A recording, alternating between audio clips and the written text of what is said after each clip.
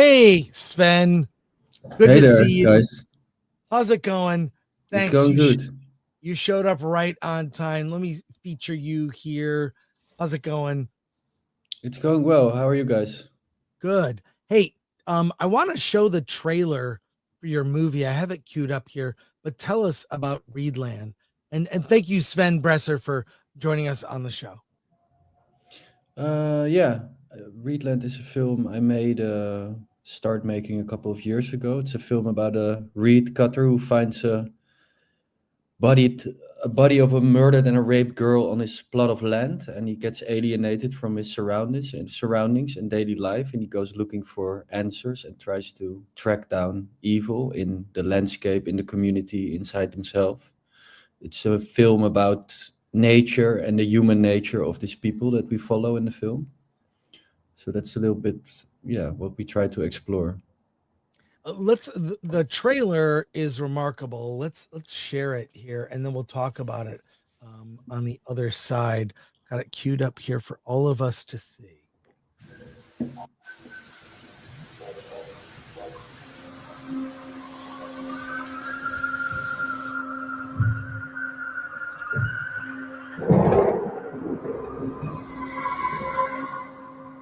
Kunt u die dag van begin tot eind eens beschrijven?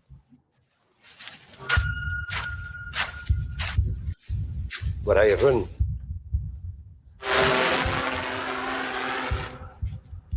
Er is een troeter aan de... Kijken jullie wel een beetje uit? Wat zijn troeters?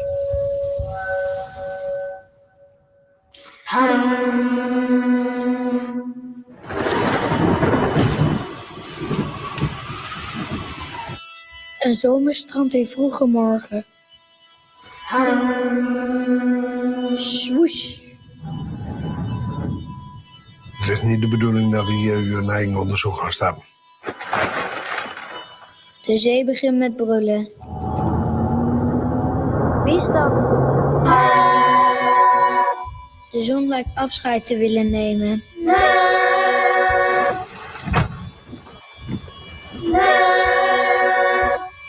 Schaduw neemt haar plaats.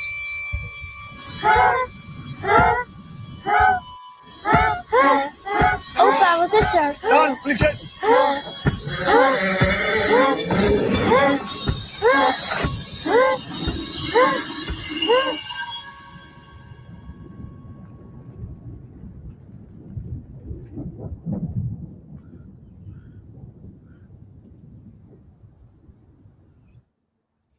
Tell us more about the film. What inspired the story?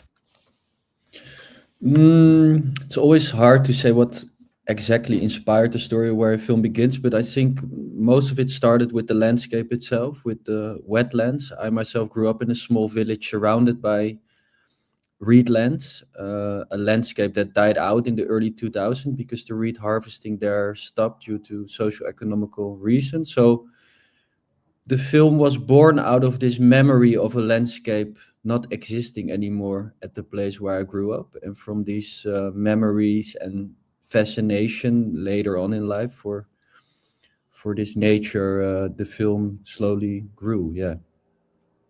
And then how do you, this is the question a lot of, I always ask a lot of filmmakers, how do you pull together the project, the financing, it's like, I know it's like, I would answer that by saying by sheer force of will, because it feels like that sometimes. But how did you put the pieces together to get it made?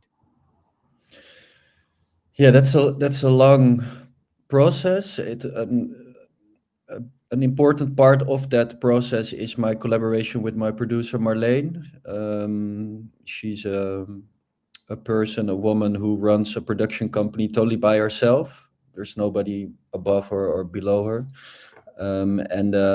This is the first film we realized together, but we already developed a feature film that never got made. So you also get to know each other through this kind of denials and hardships. And I kept working with her because I trusted her. And with this film, it was easier actually everywhere where we apply. In Europe, we have a total different system than the American film industry. We have funding where you can apply for, and most of the place where you applied, we got the money.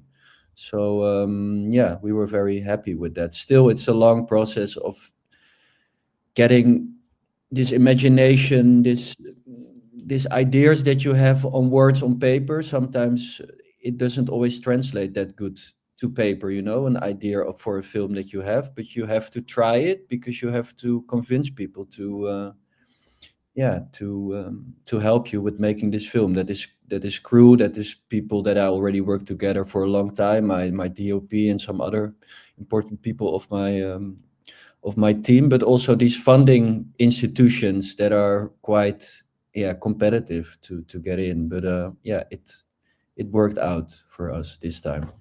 And before we go, we have over 1,000 people watching live.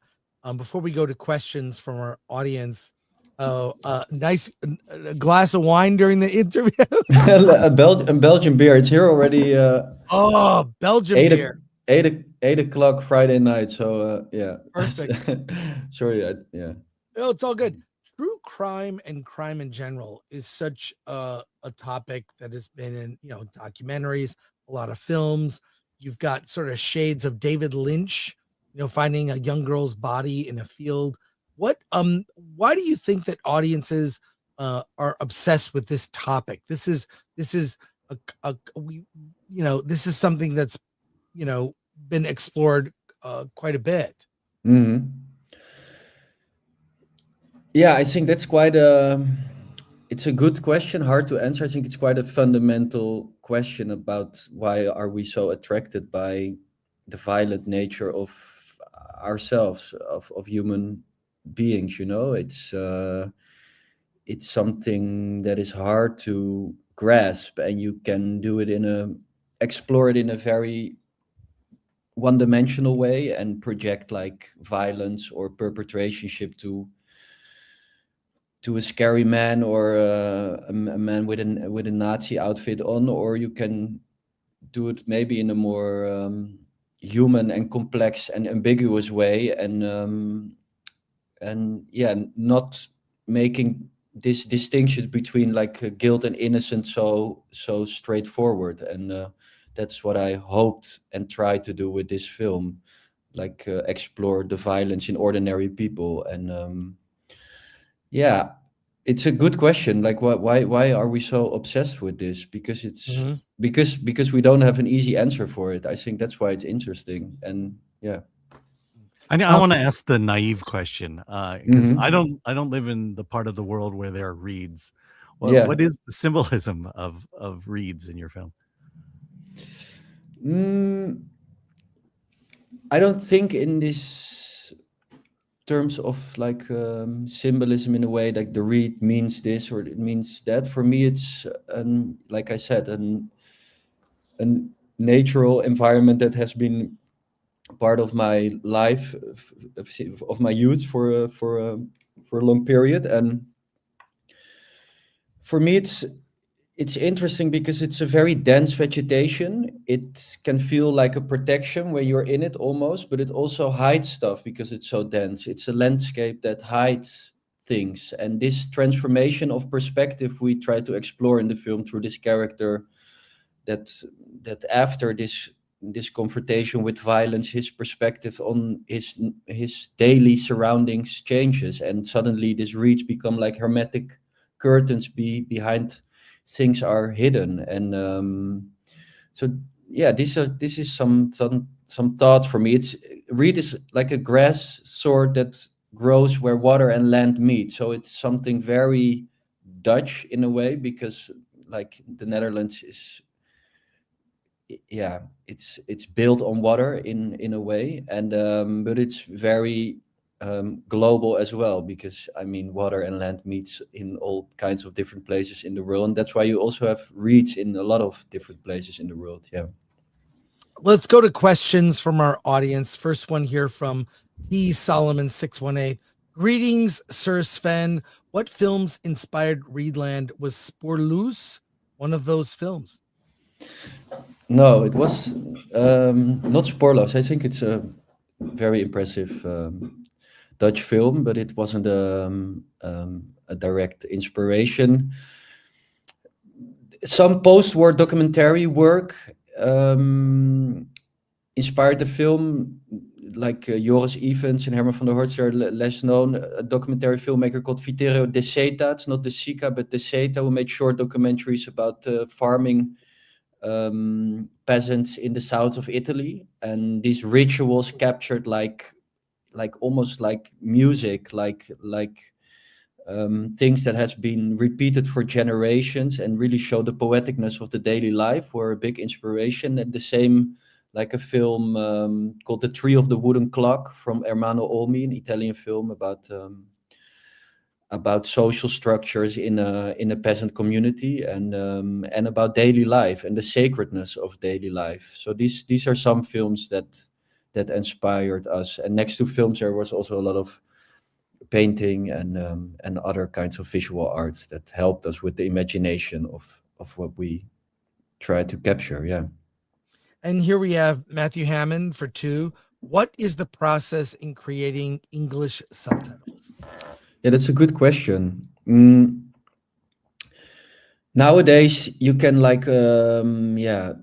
you have still good translators, but a big part of this translation job is going to more AI generated systems, and or good translator throw it into the system, but they don't check it that well. So finding a good translator for your subtitles is so important, but also being very connected to this process as a director for me is very important. Even if there's not so many dialogue in the film like my film, I think it has to be right. And normally English is like the first step of the first subtitle you do, and from there, if your film gets sold to different countries, they're going to work from that subtitle document. So if that is already wrong, it keeps on getting worse, you know. So I try to be really read everything and be really precise. Of not that I'm an expert in English subtitles, but of course you can still try to talk with the translator and get it right. I also try to do it with the French translator for a French distribution. So yeah, I hope it's so important, you know, especially in humor, in very small details, that the translation of these texts gets translated not in a literal way, but more almost sometimes more in a poetic way, you know. Sometimes this hits more the direct thing you want to transmit to your audience. Yeah. And Brock Samsonite comments, so far I'm loving the slow burn of the trailer. Aid Ellis 20 our last question, we'll wrap up with this. How does the Dutch culture and the relatively small size of the nation play a role in a story like this? Was this inspired by any real events that occurred in the area? So the first part of the question, for me, it's a very Dutch film in a way that I focus on a very specific piece of land in the country where I live in, and I have always the feeling how more specific a film is, how more it can resonate in a international, globally audience, you know. So this is really what I admire in other filmmakers and what I try to do. And yeah, there were some murder cases that were